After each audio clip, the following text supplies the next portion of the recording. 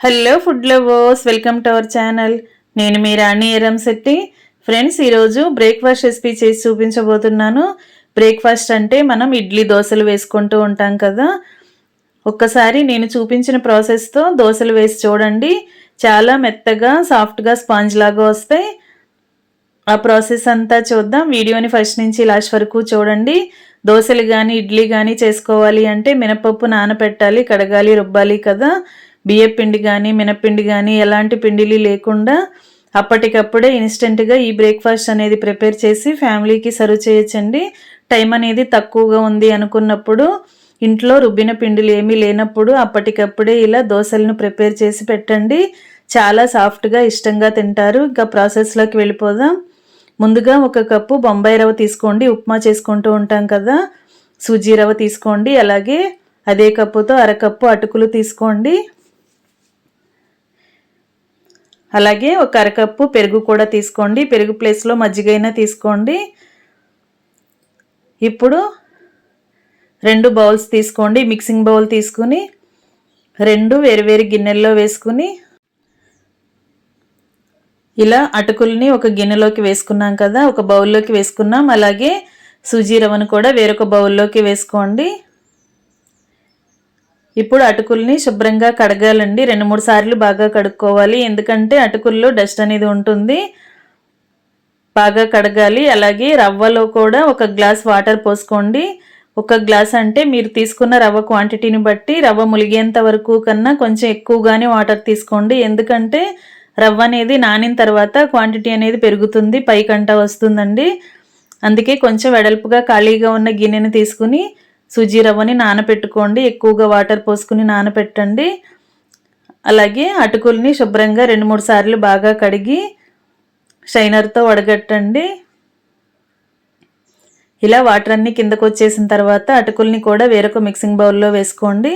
1/2 cup పెరుగు తీసుకున్నాం కదా, పెరుగంతా కూడా అలా అటుకుల్లో వేసేసుకోండి. మీరు అటుకులు తీసుకున్న క్వాంటిటీని బట్టి పెరుగు చాలకపోతే ఇంకొంచెం వాటర్ అయినా యాడ్ చేసుకోండి. మజ్జిగ కానీ వాటర్ కానీ యాడ్ చేసుకోండి. అటుకుల్లో కూడా కొంచెం ఎక్కువగానే వేసుకోవాలండి వాటర్ అనేవి. ఎందుకంటే అవి కూడా నానిన తర్వాత కొంచెం క్వాంటిటీ అనేది పెరుగుతుంది. ఇలా 2 కూడా నానబెట్టుకుని ఉంచుకున్నాం కదా. నానబెట్టడం అంటే మరీ ఎక్కువగా మినపప్పు నానబెట్టినట్లుగా 4-5 గంటలు అక్కర్లేదండి. 5 నిమిషాలు నానితే సరిపోతుంది. ఈ లోపుగా మనం చట్నీ చేసుకుందాం.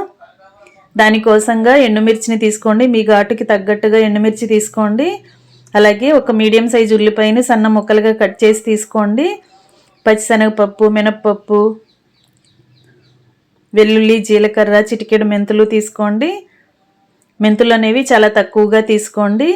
అలాగే 1 టేబుల్ స్పూన్ ధనియాలు, 2-3 చింతపండు రెబ్బలు తీసుకోండి. అలాగే 2 టొమాటోలను సన్నగా కట్ చేసి బౌల్లోకి తీసుకోండి. అన్నీ రెడీగా పెట్టుకున్నాం కదా. ఇంకా స్టవ్ ఆన్ చేసి కళాయి పెట్టుకుని 1 టేబుల్ స్పూన్ ఆయిల్ వేసుకోండి.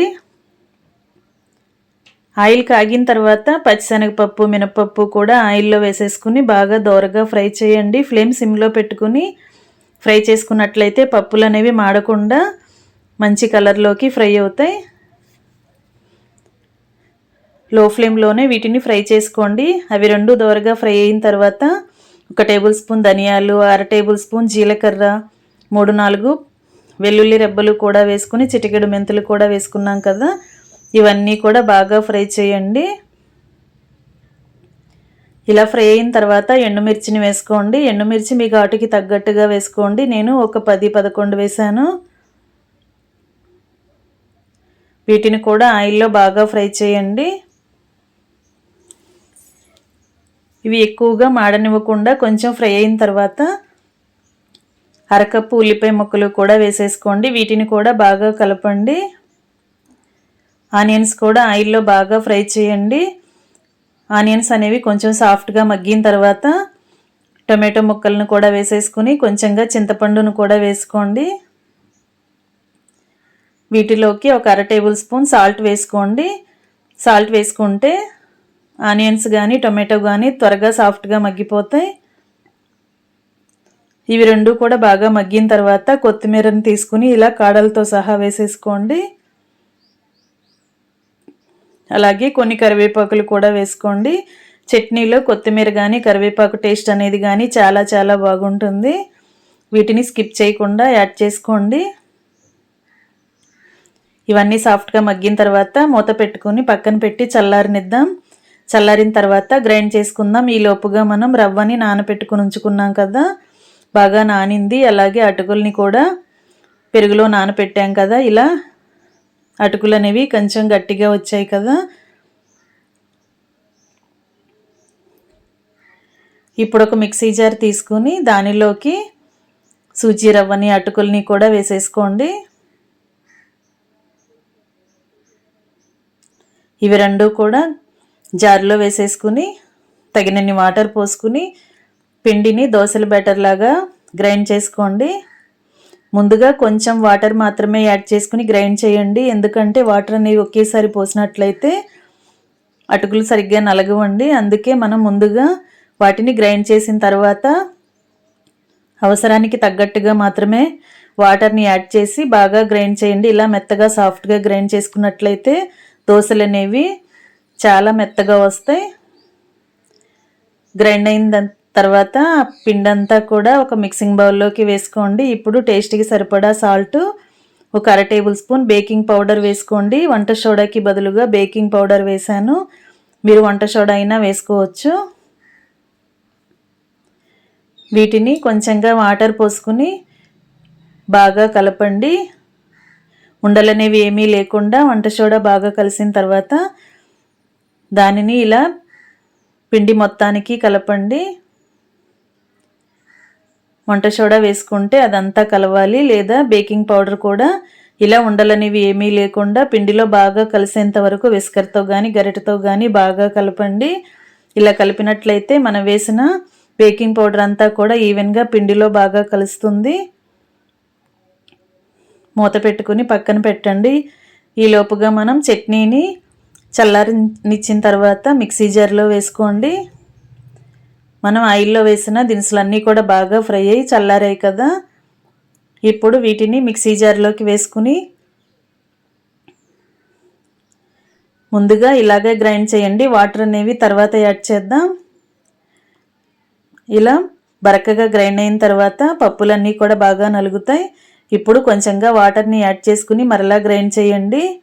ఒకేసారి ఎక్కువగా వాటర్ అనేవి పోయకుండా ముందుగా కొంచెం గట్టిగానే గ్రైండ్ చేసినట్లయితే పలుకులుగా లేకుండా ధనియాలు, మినపప్పు, శనగపప్పు, వెల్లుల్లి, జీలకర్ర అన్నీ కూడా బాగా నలుగుతాయి.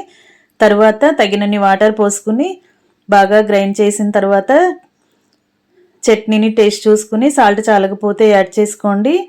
చట్నీకి పోపు అనేది వేసుకుందాం. స్టవ్ ఆన్ చేసి కళాయి పెట్టుకుని 1 టేబుల్ స్పూన్ ఆయిల్ పోసుకోండి. ఆయిల్ కాగిన తర్వాత దంచిన వెల్లుల్లి రెబ్బలు కొన్ని వేసుకుని బాగా ఫ్రై చేయండి. వెల్లుల్లి బాగా ఫ్రై అయిన తర్వాత పోపు దినుసులు వేసుకుందాం.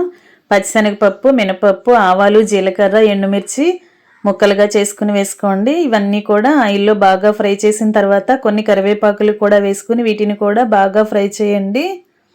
ఇప్పుడు కొంచెంగా ఇంగువ కూడా వేసుకుని బాగా కలిపిన తర్వాత మనం ముందుగా గ్రైండ్ చేసి పెట్టుకున్న చట్నీ అంతా కూడా అలా పోపులో వేసేసుకోండి. ఇంకా స్టవ్ ఆఫ్ చేసుకుని పోపు అంతా కూడా చట్నీలో కలిసేంత వరకు బాగా కలుపుకోండి. చట్నీని టేస్ట్ చూసుకుని సాల్ట్ అడ్జస్ట్ చేసుకోండి. చట్నీ కూడా రెడీ అయిపోయింది కదా. అలాగే పిండి కూడా గ్రైండ్ చేసుకుని రెడీగా పెట్టుకున్నాం.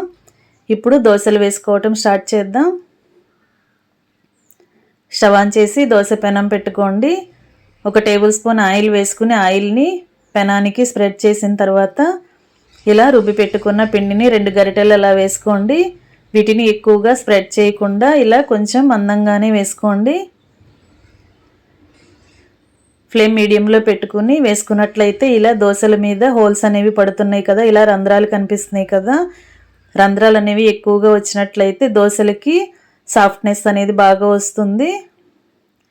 ఇలా రంధ్రాలు అనేవి పడలేదు అంటే వంట సోడా కానీ బేకింగ్ పౌడర్ కానీ తగ్గినట్లు మీరు కొంచెంగా మరలా వంట సోడా యాడ్ చేసుకుని ఈ దోశల ప్రాసెస్ అనేది చేసుకోండి, కుక్ చేసుకోండి.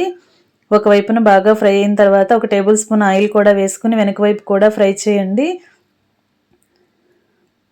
ఇదే విధంగా రుబ్బి పెట్టుకున్న పిండి అంతా కూడా దోశలను వేసుకుని ప్లేట్లోకి పెట్టుకుని ఫ్యామిలీకి సర్వ్ చేసుకోవటమే. చాలా సాఫ్ట్గా మెత్తగా ఉండే దూదెల్లాంటి దోశలు రెడీ అయిపోయాయండి. ఎలాంటి మినపప్పు బియ్యము లేకుండానే మనం బ్రేక్ఫాస్ట్ అనేది ప్రిపేర్ చేసాం కదా. మీరు కూడా ఇదే ప్రాసెస్తో దోశల్ని వేసి పల్లీ చట్నీ కానీ, కొబ్బరి చట్నీ కానీ, లేదంటే నేను చూపించిన ఉల్లిపాయ టొమాటో చట్నీ కానీ గ్రైండ్ చేసి ఫ్యామిలీకి సర్వ్ చేయండి. ఇన్స్టెంట్గా వేసుకునే దోశలండి. టైం అనేది ఎక్కువగా పట్టదు.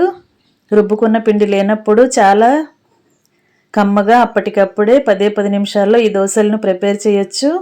వీడియో నచ్చినట్లయితే లైక్ చేయండి. మరొక రెసిపీతో మళ్ళీ కలుద్దాం. Thanks for watching. నేను మీ రాణి ఎరంశెట్టి.